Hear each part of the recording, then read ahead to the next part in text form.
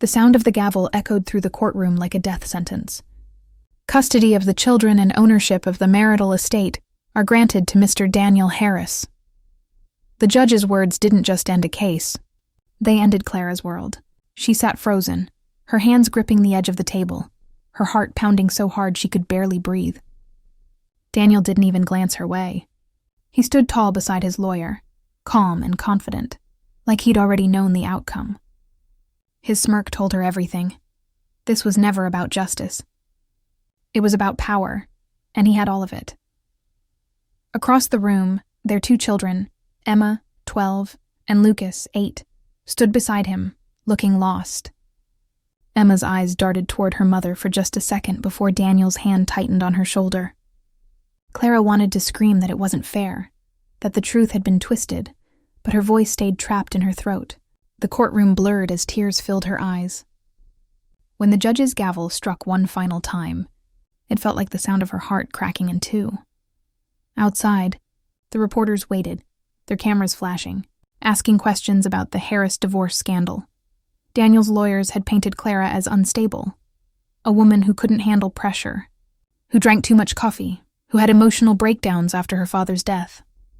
Every detail had been twisted into a weapon against her. Daniel, the successful businessman with the charming smile, looked like the perfect father. Clara, a grieving daughter trying to raise two children, had become the villain in everyone's eyes.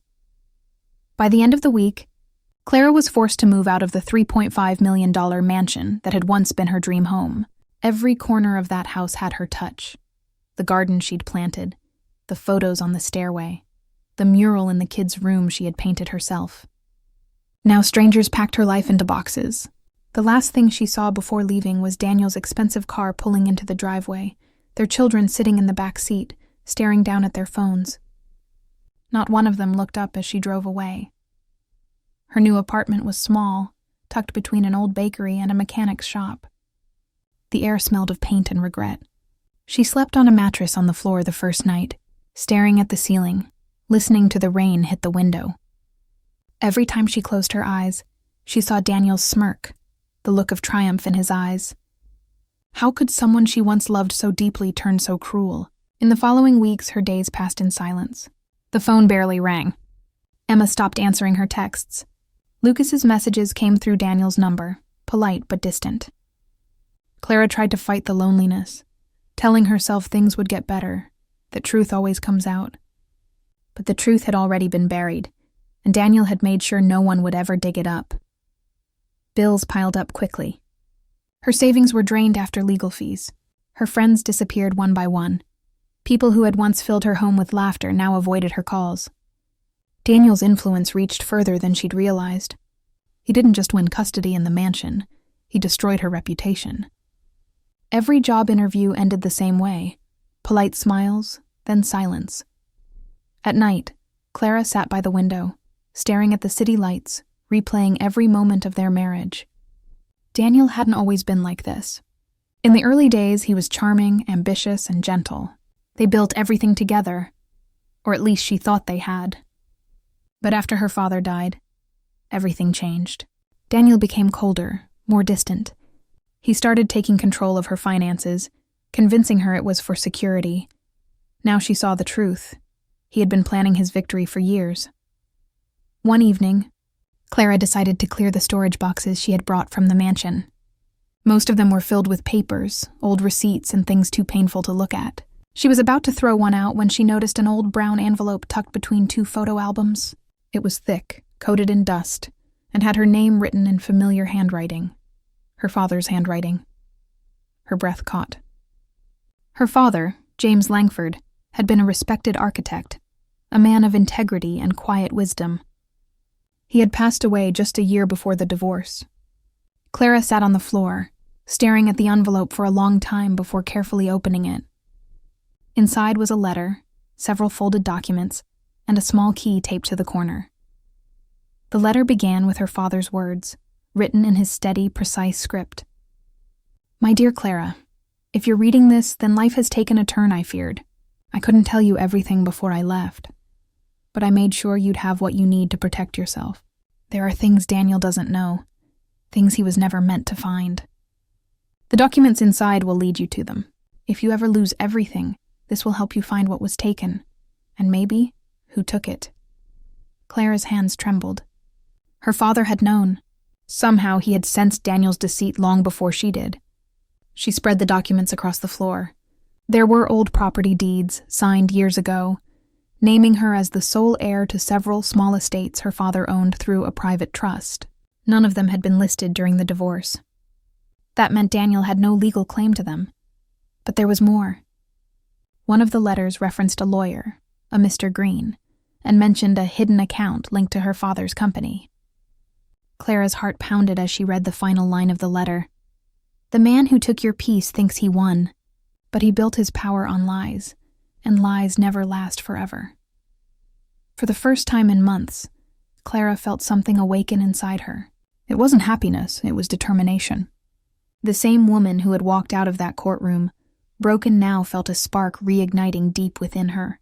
The envelope wasn't just a gift from her father. It was a second chance. She grabbed her phone and searched for Mr. Green. To her surprise, he was still practicing law, though semi-retired. The next morning, she visited his small office on the edge of town. The old man looked up from his papers, adjusting his glasses as she introduced herself. "James Langford's daughter?" he said softly. "You look just like him. He told me I might see you one day." Clara handed him the envelope. He studied the documents, nodding slowly. "Your father was a smart man. He suspected your husband was trying to take control of his estate. These papers prove he was right. But there's more here. Daniel made mistakes, ones that can be traced." Clara leaned forward. "You mean there's proof?" Mr. Green smiled faintly, enough to reopen everything he thought he buried. As she left his office, the cold wind brushed against her face. For months she had lived in the shadow of loss, but now she saw a faint light ahead. She didn't know exactly what she would do, but she knew one thing. Daniel had stolen her home, her children, her reputation. Now she had something he didn't expect, the truth. That night, she placed the dusty envelope on her desk and stared at it like it was a map to her freedom. The pain was still there, but now it had a direction. The woman who walked into the courtroom months ago had been fragile. The woman staring at that envelope was different. Wounded, yes, but unbreakable. Revenge wasn't in her nature, but justice was. And maybe, just maybe, those two things weren't so different after all. She whispered softly to herself, "You took everything from me, Daniel. Now I'll take back what's mine." The rain began to fall again, steady and calm, washing away the dust on the window, just as Clara began to wash away the pieces of her broken past. The envelope lay open before her, its contents glowing under the dim light. It had changed everything she knew about her father, her marriage, and herself. For the first time since losing everything, she didn't feel powerless anymore. She felt ready. The next morning, Clara woke up with a purpose she hadn't felt in months. The dusty envelope still lay open on her desk, the papers spread out like pieces of a puzzle waiting to be solved. Her father's words echoed in her head. "If you ever lose everything, this will help you find what was taken." She tucked the documents into her bag and headed straight back to Mr. Green's office. The old lawyer greeted her with a quiet smile.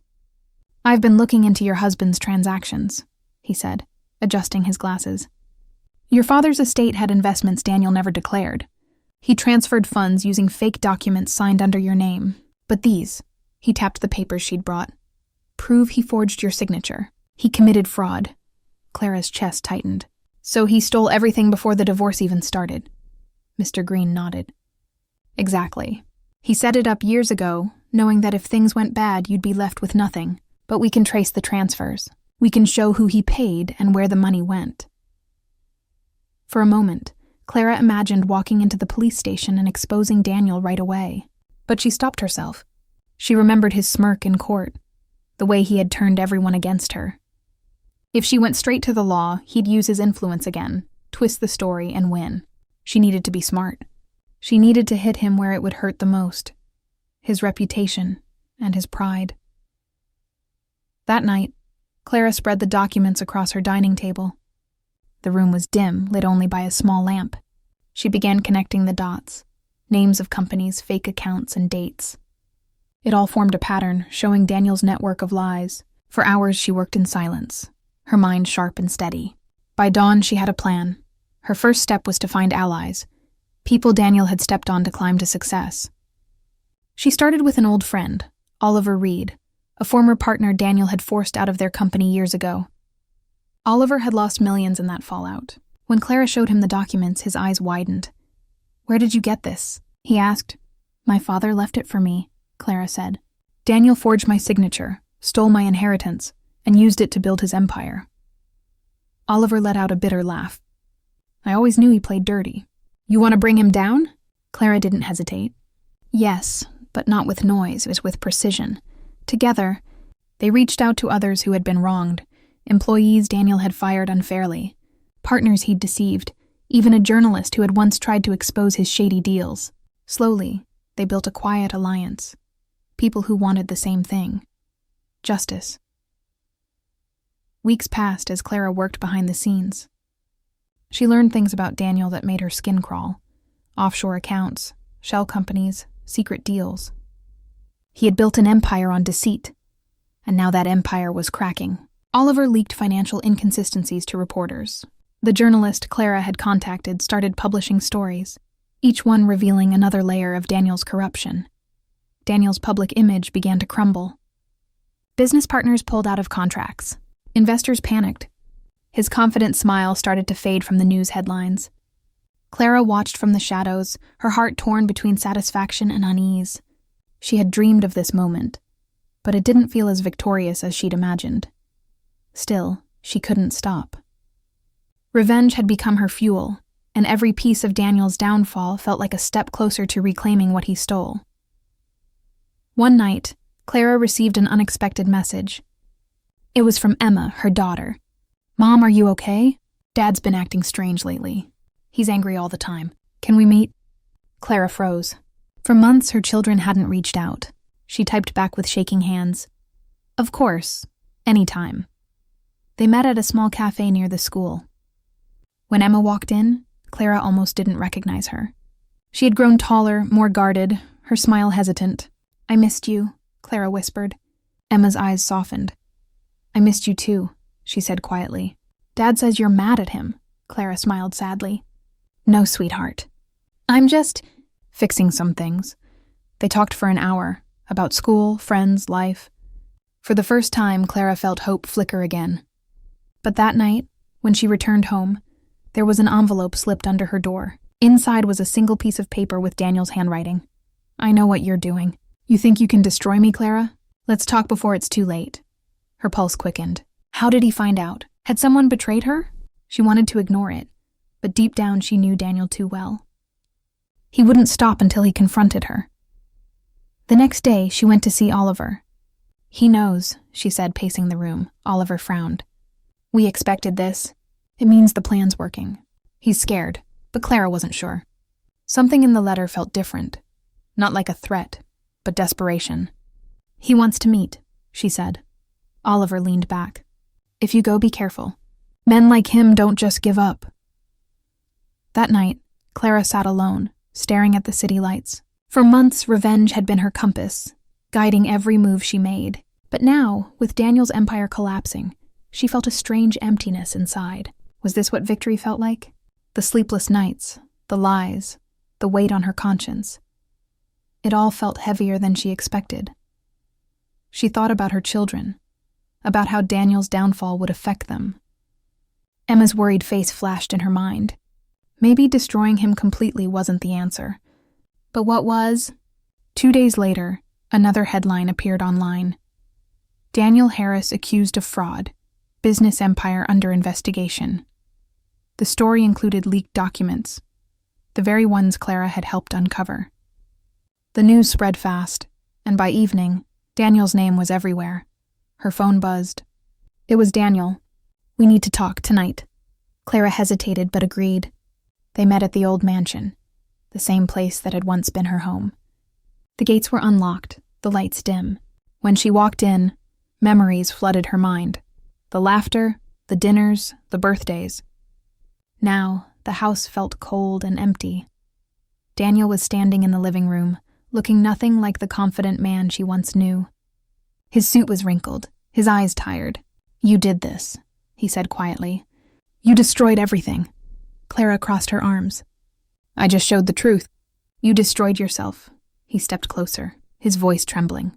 "You think this makes you better than me? You lied too. You used people just like I did." Clara's heart pounded, but she stood her ground. "I didn't lie, Daniel. I fought back," he laughed bitterly. "And what now, you win? You get your revenge? Congratulations. You've ruined the father of your children." The words hit her harder than she expected. For a moment, she saw not the man who betrayed her, but the father her children still loved. The man she had once believed in. "I didn't want this," she said softly. "I wanted the truth." Daniel looked down, his voice low. "I thought if I had everything, I'd never lose control again. After your father died, you changed. You stopped believing in me, so I took control of the money, the business, the family. I told myself it was for us, but it was just for me." For the first time, Clara saw regret in his eyes. It didn't excuse what he'd done, but it broke something inside her anger. Revenge had brought her to this point. But forgiveness, even if only for herself, was what she needed to move on. She turned toward the door. "You'll have to face what you did, Daniel. But I'm done fighting you." He didn't stop her. He just stood there, staring at the floor, the weight of his choices pressing down like gravity. Outside, the rain began to fall again, soft and steady. Clara walked to her car, her reflection shimmering in the puddles. She had exposed him, reclaimed her power, and found her children again. But the victory felt quiet, bittersweet. As she started the engine, she glanced back at the mansion one last time. It stood there, dark, hollow, stripped of everything that once made it home. Daniel had lost his empire. She had lost her innocence. But somewhere between the ashes of revenge and the truth her father left behind, Clara had found something more powerful: freedom. She drove away into the night, whispering to herself, "I didn't destroy him. He destroyed himself." And for the first time, those words felt like peace.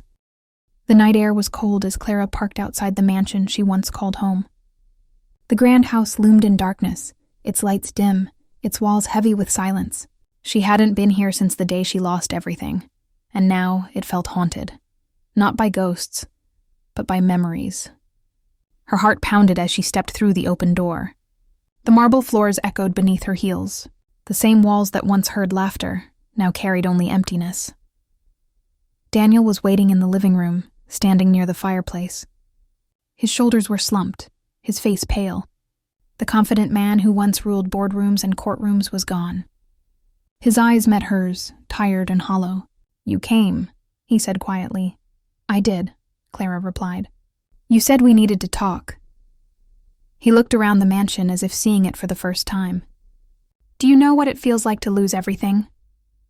he asked bitterly. The company, the investors, the friends, all gone overnight. Clara didn't flinch. "Yes, Daniel. I know exactly how that feels." He gave a faint, humorless laugh. "Touché." He walked toward the window, watching the rain hit the glass. "I thought I was untouchable. I thought you'd just disappear after the divorce. But you didn't." Clara's voice was calm. "You made sure I had nothing left to lose. You forgot that's when people become the most dangerous." He turned to her, eyes full of frustration, and something that almost looked like regret. "You wanted revenge. You got it. I'm ruined." "Congratulations." Clara studied him for a moment. His suit was wrinkled, his tie gone, his hands trembling slightly. He looked small now. Not the arrogant man she once feared, but a broken one. "I didn't want this," she said softly. "I wanted justice. I wanted my life back." Daniel shook his head. "Justice? Don't fool yourself. You enjoyed it, watching me fall." Clara took a step forward. "Maybe at first. Maybe I thought it would make me feel better, but it didn't. Watching you lose everything didn't heal me. It just reminded me how much we both lost." For a long moment, the room was silent, except for the rain. The tension between them wasn't anger anymore. It was something heavier, filled with exhaustion and truth. Daniel sat down on the edge of the sofa, rubbing his face. I didn't mean for it to go this far, he muttered. When your father died, I panicked. I was scared of losing control. I built everything around money, power, things I could measure. You started pulling away, grieving, and I didn't know how to reach you. So I tried to control everything, including you. Clara's chest tightened. You forged my name. You stole from me. You made our children believe I was unstable. His eyes filled with guilt. I know. I told myself it was for their sake, that you were too fragile. But I was lying to myself. I did it because I was afraid of being powerless. Clara turned away, staring at the family portrait still hanging above the fireplace. It was from happier times, before everything fell apart. Fear doesn't excuse cruelty, she said quietly. Daniel nodded. No, it doesn't. I ruined the best thing that ever happened to me.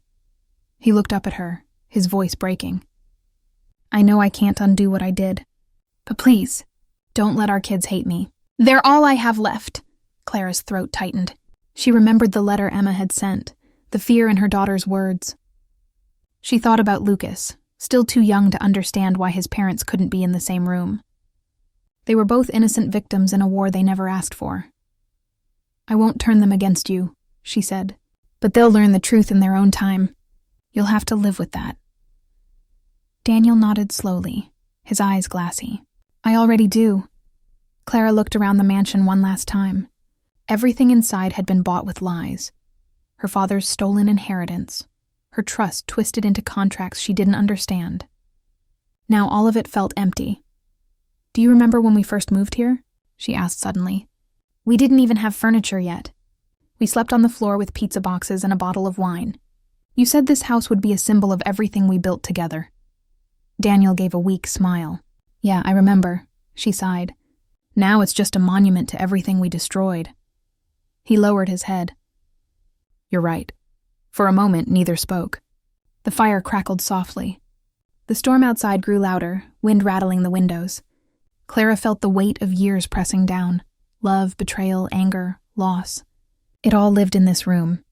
Then Daniel said quietly, You won. You have the documents, the truth, the sympathy of the public.